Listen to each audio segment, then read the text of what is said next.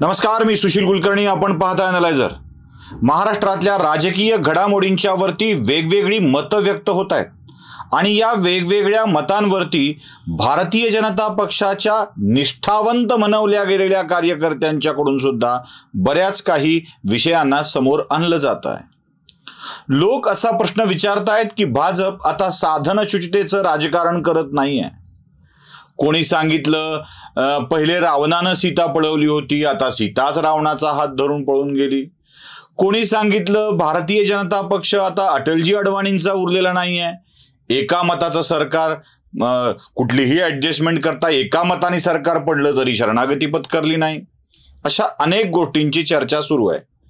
भारतीय जनता पक्षातल्या निष्ठावंत कार्यकर्त्यांवरती अन्याय करणारा निर्णय आताच्या भारतीय जनता पक्षानं घेतला आहे आणि भ्रष्ट असलेल्या नेत्यांना मंत्री करून समाविष्ट करून घेऊन एक वेगळाच राजकारणातला संदेश दिला आहे, अशा रीतीने चर्चा होते आहे.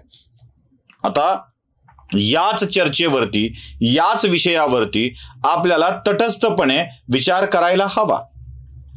जरा भारतीय जनता पक्षातल्या निष्ठावंत कार्यकर्त्यांचं म्हणणं काय आपण समजून घेतलं पाहिजे. आम्ही शरद पवार, अजित पवार, छगन भुजबळ यांच्यावरती सातत्यानं आरोप करत आलोत, त्यांच्या विरोधात लढत आलोत. मग आता त्यांच्याच विरोधात लढलेल्या आम्हाला त्यांच्या बाजूनी काम करता येईल का? काही लोक उदाहरण म्हणून कोल्हापूरचं देत आहेत. महाडिक टिकतील का? ते समरजित सिंह घाडगे तुमच्या सोबत राहतील का? एक ना अनेक असे अनेक प्रश्न विचारले जात आहेत. आम्ही भाजप उभा केला, आम्ही भाजपसाठी खस्ता खाल्ल्या, आम्ही भाजपसाठी लढलोत, आता काय करायचं, असे अनेक प्रश्न. काही छोटी छोटी उदाहरणं मी तुम्हाला देतोय, बघा पटली तर, मान्य झाली तर. भारतीय जनता पक्षाच्या स्थापनेपासून स्वतःच्या बळावर देशात आणि राज्यात सत्तेवर येण्यासाठी केंद्रात 2014 साल उजडावं लागलं, तर अजूनही महाराष्ट्रात भाजपला स्वतःच्या बळावर सत्ता मिळवता आलेली नाही. 115, 105 ही भाजपची सर्वोच्च संख्या राहिलेली आहे. 145चा जादुई आकडा अजूनही भारतीय जनता पक्षाला स्वतःच्या बळावर गाठता आलेला नाही. अटलजींचं सरकार 5 वर्ष 13 महिने 13 दिवस असं सत्तेवरती आलं, पण समता, ममता, जयललिता यांचा आधार घेऊनच अटलजींना सत्तेवरती यावं लागलं होतं, हे सुद्धा विसरू नये. लांबच्या गोष्टी, केंद्रातल्या गोष्टी बस झाल्या, त्याला फार मला खेळायचं नाहीये त्याच्यावरती. माझे भारतीय जनता पक्षाच्या निष्ठावंत म्हणून या सगळ्या उपक्रमांनी नाराज झालेल्या माणसांना काही प्रश्न आहेत. मराठवाड्यातल्या बीड जिल्ह्यामध्ये भारतीय जनता पक्षाच्या कमळ या चिन्हावरती निवडून आलेला पहिला खासदार तुम्हाला आठवतोय का? बघा आठवून. कुणी म्हणेल आता आहेत प्रीतम मुंडे आल्यात की नाही. त्याच्या आधी गोपीनाथ मुंडे कमळावर, ते पहिले नाही. त्याच्या आधी जयसिंगराव गायकवाड कमळ चिन्हावर नाही. त्याच्या आधी भारतीय जनता पक्षाचा कमळ चिन्हावरचा निवडून आलेला पहिला खासदार होता रजनीताई अशोकराव पाटील. ज्या पूर्वी काँग्रेसमध्ये होत्या, सोनिया गांधी काँग्रेसच्या नेत्या नव्हत्या, म्हणून रजनी पाटील काँग्रेसमधून भाजपात आल्या आणि भाजपच्या खासदार झाल्या. पटलं? म्हणजे भाजपला बीड जिल्ह्यातला, गोपीनाथ मुंडेंच्या बीड जिल्ह्यातला पहिला खासदार हा आयात करून करावा लागला होता. त्याच्या आधी एकदाही भाजपला आपला खासदार का निवडून आणता आला नाही हो? एवढा निष्ठावंत वर्ग तिथे होता, तर का निवडून नाही आणता आला? जरा परभणी जिल्ह्यात जाऊ. परभणी जिल्ह्यामधला पहिला भाजपचा आमदार कोण आहे? मेघना बोर्डीकर, मेघना साकोरे बोर्डीकर. या कुठे होत्या? या काँग्रेस पक्षात होत्या. परभणी जिल्ह्यातल्या निष्ठावंत भाजपवाल्यांना परभणी काय, गंगाखेड काय, अजून दुसरा तिथला मतदारसंघ काय, इथून भाजपचा खासदार निवडून यावा असं का नाही वाटलं? चिन्हावरती का नाही घेता आला? काही प्रश्न मूलभूत आहेत ना. नांदेड जिल्ह्यामध्ये भारतीय जनता पक्षाचा पहिला खासदार निवडून आला तो प्रताप पाटील चिखलीकर, ज्यांना काँग्रेसमधूनच घेतलं होतं. काँग्रेस, शिवसेना अशा मार्गावरून ते आले होते. का याआधी कुंटुरकर ही सगळी मंडळी निवडून येत होती? निष्ठावंतांना नांदेड जिल्ह्यामध्ये का आपला खासदार निवडून आणता आलेला नव्हता?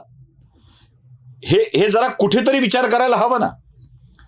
राजकीय गणितांच्या मध्ये जेव्हा विजयी होण्याचा विचार केला जातो तेव्हा भारतीय जनता पक्षाच्या निष्ठावंत म्हणविणाऱ्या लोकांनी पक्ष सांभाळला हे जितकं खरं आहे तितकं त्याला विजयी करण्यासाठीची जी आवश्यकता होती, ती जी गरज होती ती पूर्ण करण्यासाठी लोकांना घ्यावं लागलं होतं.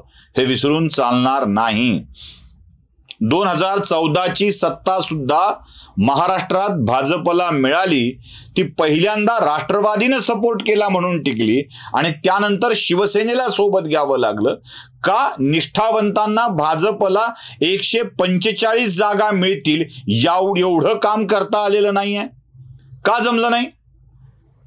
जेव्हा विखे पाटील भाजपात आले तेव्हा काय झालं होतं? तेव्हा आनंदाचं भरतं आलं होतं.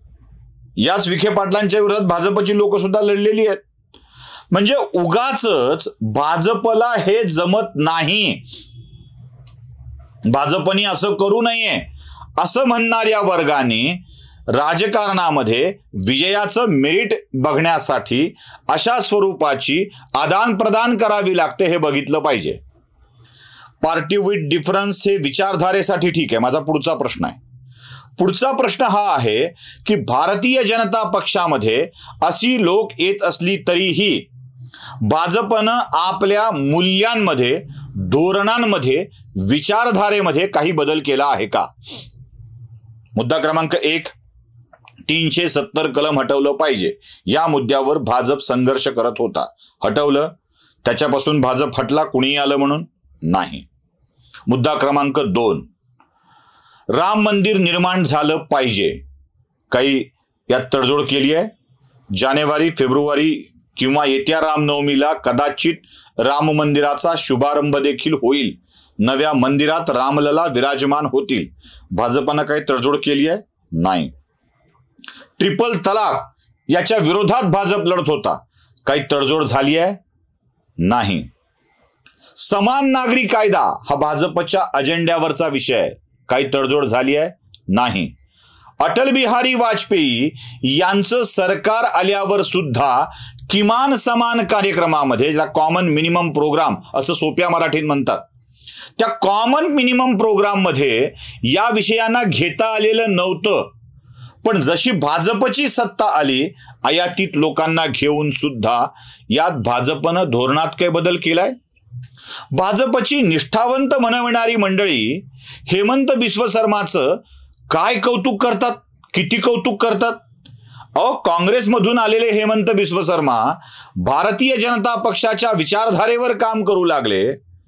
काँग्रेसमधून आलेले ज्योतिरादित्य सिंधिया भारतीय जनता पक्षाच्या विचारधारेवर काम करू लागले तेव्हा कोणतीही अडचण नव्हती. आणि आता आपलं बळ वाढावं, विरोधकांचं बळ कमी व्हावं यासाठी भाजपनं एखादी खेळी खेळली तर पक्ष धोक्यात, विचारधारा धोक्यात. या सगळ्या गोष्टी मला जरा आश्चर्यकारक वाटतात. काहीही धोक्यात येत नसतं. मुळात या राजकारणासाठीच्या आवश्यक असलेल्या गोष्टी म्हणजे भाजपने अजित पवारांना बाजूला करून त्यांना बळ देण्याचा निर्णय घेतला नसता तर काय झालं असतं हे बघणं आवश्यक आहे. तर काय झालं असतं? राष्ट्रवादी काँग्रेस, त्यासोबत काँग्रेस आणि त्यासोबतच शिवसेना या तिघांचं एकत्रित बळ हे भारतीय जनता पक्षाला आपली ताकद महाराष्ट्रात अधिक खर्ची करायला भाग पाडणारं होतं. अधिक खर्ची करायला. आणि त्यासोबत सत्ता न येण्याचा धोका देखील होता. सत्ता न येण्याचा धोका पत्करण्यापेक्षा विरोधकांच्या बळामध्ये घट करणे आणि ते बळ आपल्याकडे वाढवणे हे भाजपला जमणार नाहीये का? तर जमायला पाहिजे होतं. आणि तीच खेळी भाजपनं खेळलेली आहे. आपल्या हे लक्षातच येत नाही. आता हे विरोधकांचं बळ का कमी करायचं होतं ते सुद्धा बघायला हवं, आणि तेच मी नेमकं तुम्हाला पुढच्या भागात सांगणार आहे. ज्या निष्ठावंतांना भाजपनी निष्ठावंतांवर अन्याय केलाय असं वाटतंय, त्यांनी आपल्या बळावर भाजपला सत्तेच्या त्या उंचीवर आपण का नाही नेऊ शकलो याचा विचार करावा. नेणारा व्यक्ती, भाजपला देशभर सत्ता दाखवणारा व्यक्ती कोण असेल तर नरेंद्र मोदी आहेत, आणि त्यांना त्यांच्या गणिताप्रमाणे भाजपची सत्ता कायम राखायची आहे. म्हणूनच आज मोदींच्या गणिताप्रमाणे भाजप चालते आहे, आणि तेच भाजपच्या जास्त हिताचं आहे असं मला वाटतं. तुम्हाला काय वाटतं कमेंट बॉक्समध्ये नक्की कळवा. पुढचा भाग बघायला विसरू नका, नेमकं का केलं असं ते. लाईक, शेअर, सबस्क्राईब करायला विसरू नका. धन्यवाद.